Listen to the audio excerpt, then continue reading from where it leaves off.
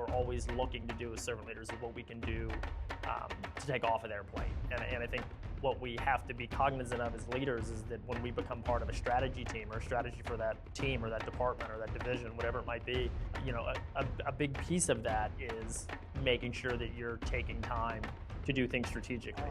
You're the leader. You may not make the correct decision 100% of the time, but you will not make the correct decision if you don't make a decision.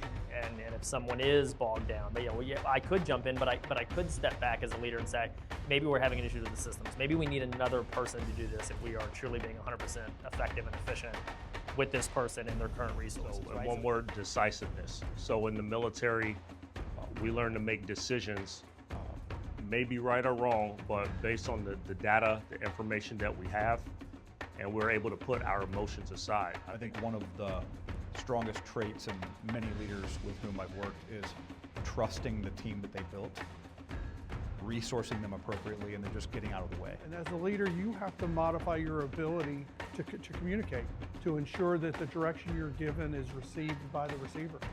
The number one leadership lesson is to learn to be adaptable. You have tons of different personalities that you have to deal with, tons of different circumstances. You have to learn to adapt to all of those different environments effectively. You're just advancing the mission, to have to call out a unit or a segment or an individual to do something. You've done that in a very quick decision that if this doesn't happen, we're not going to be able to move this entire team forward. Be the example of leadership. Being the example, what that does is creates reciprocity.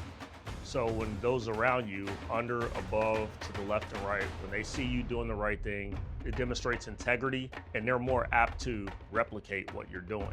One of my favorite traits of a solid leader is somebody who can take the message from the top that sometimes doesn't resonate with the bottom and turn that into an actionable goal and mission onto which that team can execute. One of the strongest pieces of good leadership is that it creates other leaders.